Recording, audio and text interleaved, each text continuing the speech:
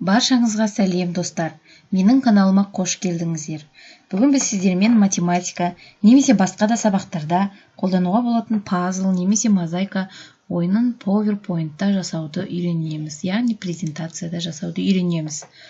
Ең алдымен презентация немесе PowerPoint-ты ашамыз.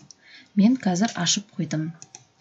Енді мұнда жаңадан мен осындай жасаған болатын, сіздерге үлгі ретінде көрсетейін. Енді осындай сіздермен бірге тағы да жасап көреміз. Мұнда мен 2 және де 3 көбейту кестесін қолданған болатын. Енді осындай сіздер PowerPoint ашқанда осындай начальный страницасы болады. Осы жерден создать слайд батырмасын басып, пустой слайдты таңдаймыз. Бұл жерде ешқандай жазу жоқ. Енді бұл жерде бізге балаларға мозаикамыз қызықты болу үшін, қызықты құрастыру үшін бізге қызықты сурет қажет. Сондықтан да мен қазір сіздермен поисковик, яғни интернетке кіреміз. Яндекс, Google бәрі де бола береді. Қай интернет сіздерде бар, тіпті Opera, Mozilla немесе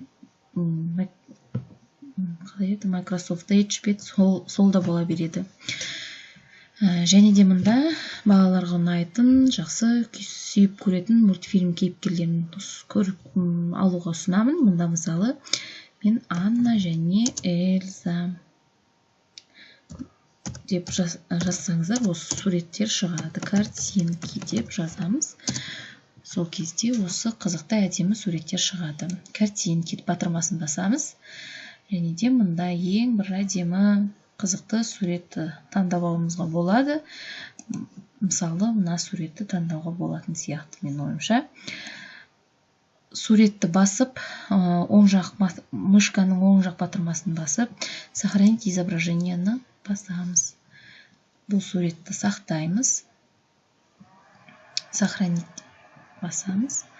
Және де мына жерде сіздердің поисковиктеріңізде шетінде мені загрузканың, яғни стрелка белгісі тұрады.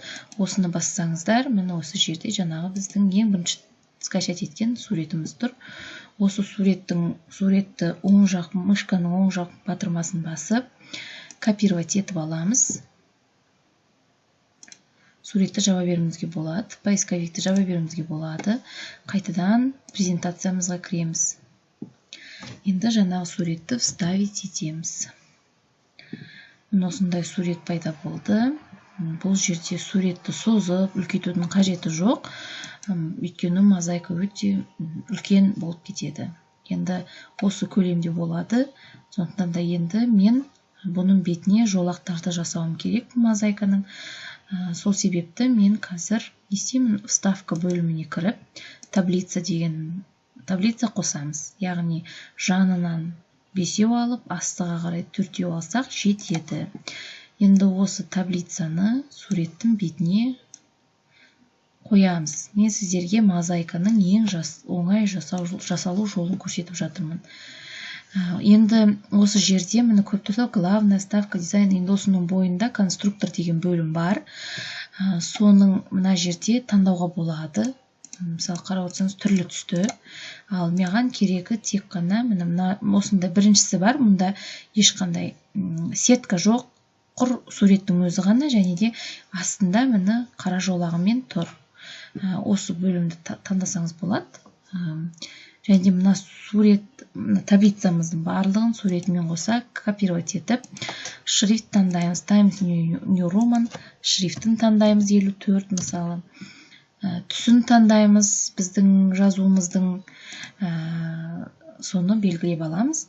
Енді мүмкін ортасына қарай деп белгілесеңіздер де болады.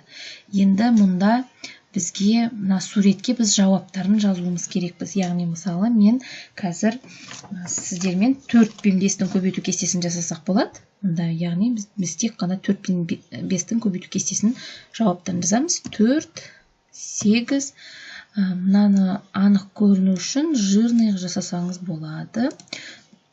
Мысалы, басқа түс таңдасаңыздар да болады. Қызыл немесе көк, осы қызыл анық көрінетін сияқты. 4, 8, 12, 16, 20, 24, 28, 32, 36, 40. Енді 5-тің көбейту кестесі 5, 10, 15, 20, 25, 30, 35, 40, 45, 50. Осымен міне жауаптарын жаздық. Енді бізге көбейту кестесінің өзі қажет. Енді оны жасау үшін создать слайд батырмасын басып, пустой слайд басамыз. Енді мұнда біздің жаңа ғана вставить еткен таблицамызды копировать етіп аламыз. Яғни белгілеп аламыз. Мұны белгілеген дегеніміз, мұны көрдіңіз бе? Бір бұрышын, әр бұрышында осындай домалақтар пайда болады. Міне 1, 2, 3, 4, 5, 6, 7. Мұны көріп отырсыздар ғой, міне бұрыштар. Міне егер де белгіленбесе, онда тек қана міне бұрыштары бағана домалақтар болмайды шетінде. Ал суреттің өзін бассаңыздар, міне белгіленді деген сөз. Осыны басып, және де оң жақ батырмасын басып, мышканың копировать етеміз. Жаңағы біздің пустой слайдқа кіріп, вставить етеміз. Мұнда енді біз жеке-жеке алсақ болады. Өйткені вырезать етсек, біздің таблицамыз өшіп қалады. Мұнда жауаптарын өшіреміз. Жеке-жеке өшіріп. Енді мұнда біз көбейту кестесін өзін жазамыз. Яғни 4 жердегі бірім. Мұнда сіздер мысалы қара түспен жасауларыңызға болады. Мұнда шрифтіміз барлығы қалады.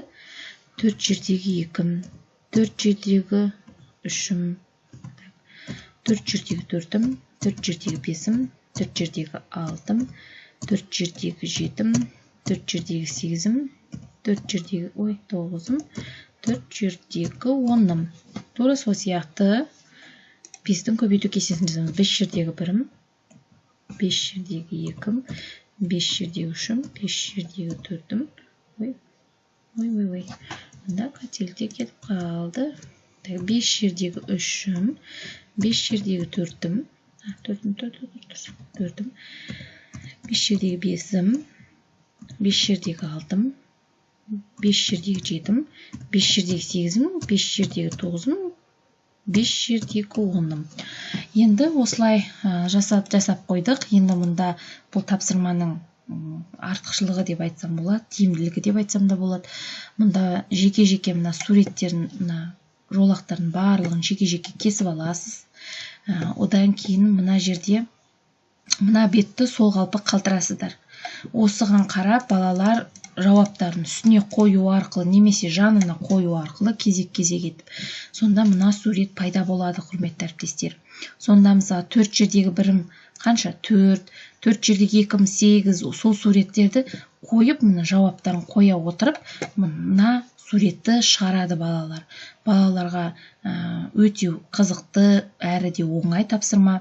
Бұл тапсырма арқылы сіздер балалардың көбейту кестесін есте сақтайсыздар, және де көбейту кестесін бір шолу қайталау ретінде пайдалансаңыздар болады. Мен мұны екінші өзімнің сыныбыма қолданып жүрмін. Балаларға өте ұнады, балалар өте қызықты. Міне достар, бүгін біз сіздермен сабақтағы тиімді ойынның бірімен таныс болдық. Болашақта бұдан да қызықты әдіс тәсілдер мен ойындар болады. Сіздерге сәттілік тілеймін. Менің каналыма жазылуды ұмытпаңыздар. Болашақта бұдан да қызықты, әрі де әдемі тиімді ойындар, осындай тәсілдер болады. Менің каналыма тіркелуді ұмытпаңыздар.